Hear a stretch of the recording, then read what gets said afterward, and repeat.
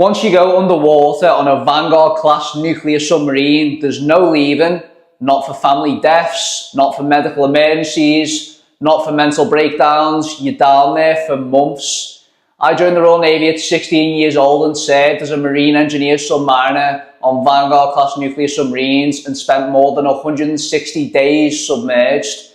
This isn't a recruitment video. This is what it's actually like. Once that hatch closes, you have no choice. For the next 160 to 200 plus days now, you're trapped underwater on a nuclear submarine with 150 men, and in my case, 0 women, for 6 to 7 months. The routine underwater is 6 hours on of work and 6 hours off of sleep, qualifying, gym, watching TV, whatever you could fit in. It's 6 hours on, 6 hours off relentlessly. For most people on board, I personally work 7 AM to 1 PM and 7 PM to 1 AM. Days and nights don't exist. Your body never gets a signal to reset.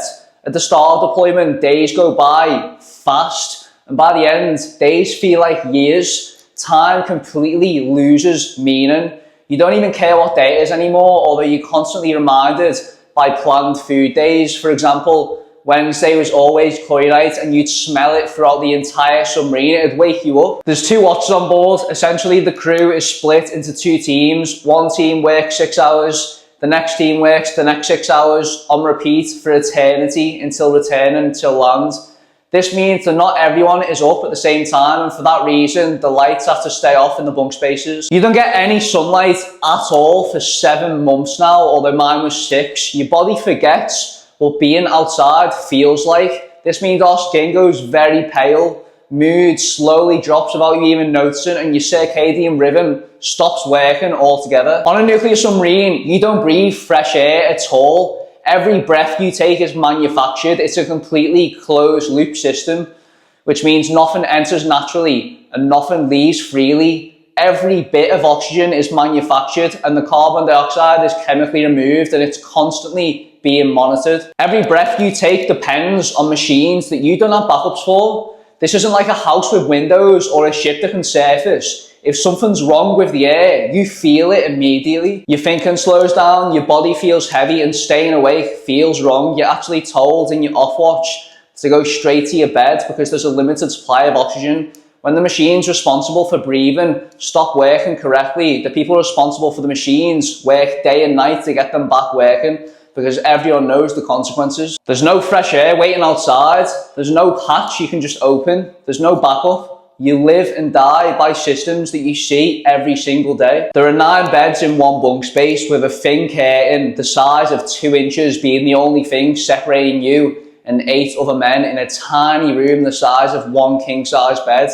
At the start of the patrol as a trainee, you don't even get your own bed. You share one with other trainees. You'd sleep for 6 hours whilst the other person was working for 6 hours. You get out of bed, they'd climb into your bed, and that process will be repeated consistently until you're qualified. You never get complete privacy. You never get complete silence. There's nowhere to be alone, and the noise is constant.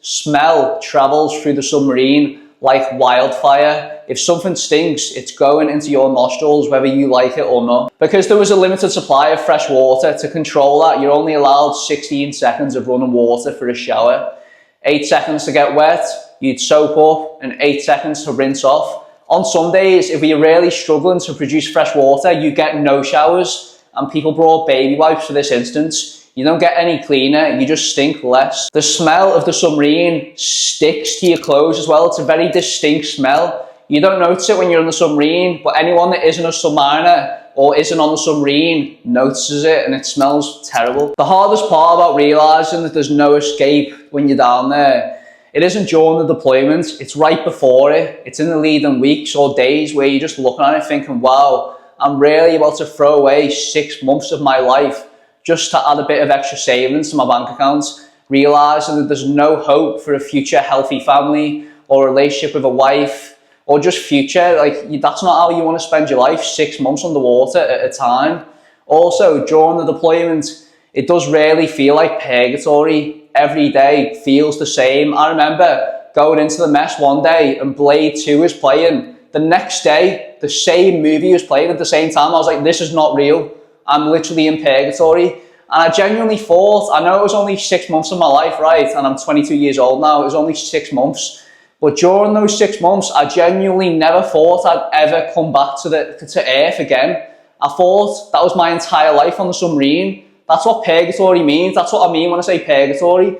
I thought that was my life for the rest of my life. I couldn't imagine a life, a possibility where I was back on Earth, on land. I just thought I'd spend the rest of my life underwater. That's the draining part about it mentally. That's why it really is horrible mentally when you're down there. And I also want to add that I feel like that portion of my life felt like 10 years, but for my family, it probably just felt like the same amount of time, just 6 months. But no, it really did feel like years down there. So now I'm just going to go a bit off script, but I'm going to talk about stuff that was vital to my deployment. So a few months in, we started running out of food. So they'd bring out this stuff called space food, which is basically dried up packs of mystery meat. And it was terrible. I remember the first time that it was put on the food menu. It was put on the menu as like spicy fajita chicken rice or something. And we thought, yeah, we're getting fajitas today. But it was space food and it was the most disgusting thing I've ever tasted. I wouldn't feed it to a rodent. Most of it ended up in the slop bucket, which is basically the bin. Secondly, food rationing. Food rationing happened on deployments. Everyone was hungry all the time when it got past like day 90. And then I'm just going to add a few interesting things that you may have not knew.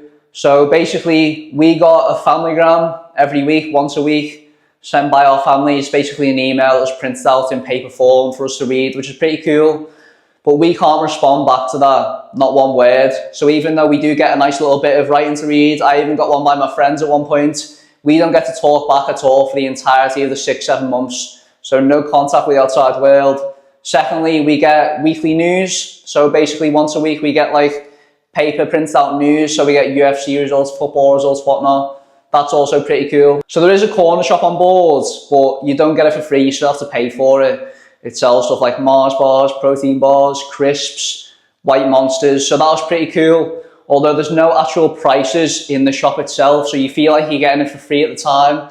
Especially for people that are on their first patrol, it's a big thing that you fall for. Like if you're an experienced second or third patroller, you won't touch that because you realise how expensive it is. Secondly, the only thing, I'll mention the good parts now. So you get to save a lot of money.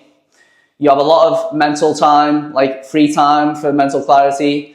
Secondly, a lot of people go through big body transformations on there. So they either go from really skinny to really jacked, or they'll go from really fat to really skinny. So that's a good thing. And lastly, the only thing that keeps you sane whilst you're down there is the relationship that you have with everyone on board.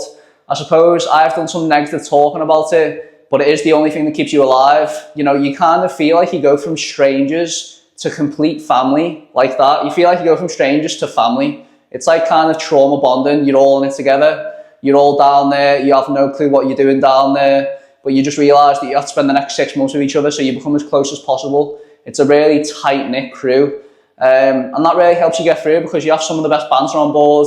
You know, I learned some new card games on there. I had some of the best FIFA games on there, which is going to lead me to the next part. There's an Xbox on board. There's also a TV with thousands of movies and TV shows on. So that's pretty cool as well. There's loads of games on the Xbox. So in your free time, you're definitely not limited. And now I want to talk about coming back to land. So although the deployment felt like years, it felt like I'd spent 10 years in the water. I didn't feel like I was ever coming back. Especially the last few days, they really stretch out and it really stretched out the entire crew. That moment you come back is priceless. You would never ever change it. It's crazy. Although that was the best day of my entire life, I would have never been able to have that without the worst 6 months of my life. They're interchangeable. You can't have one without the other. When you first are climbing up that ladder to see land for the first time, it's a complete sensory overload of all of your senses. It feels like everything you look at just instantly gives you dopamine, an overload of your hearing, your smell, your eyesight. So you're just looking, you're feeling wind for the first time in 6 months. You're seeing natural sunlight for the first time in 6 months. You're looking at the ocean for the first time in 6 months. Especially to mention, you're seeing people that you've never seen for the first time in 6 months. You're seeing other people than the crew, which is crazy. It feels like you're seeing aliens, you know what I mean? Because you're used to seeing the same people for 6 months. It feels like you're literally looking at aliens. You're like, who are you? Who is this person? Do you know what I mean? So that's crazy. But that was the best day of my entire life. I had to do a few things, duty related, engineering wise, but then I got to see my family. which is crazy as well. And to finish off the video, I want to talk about how I felt when I did get back.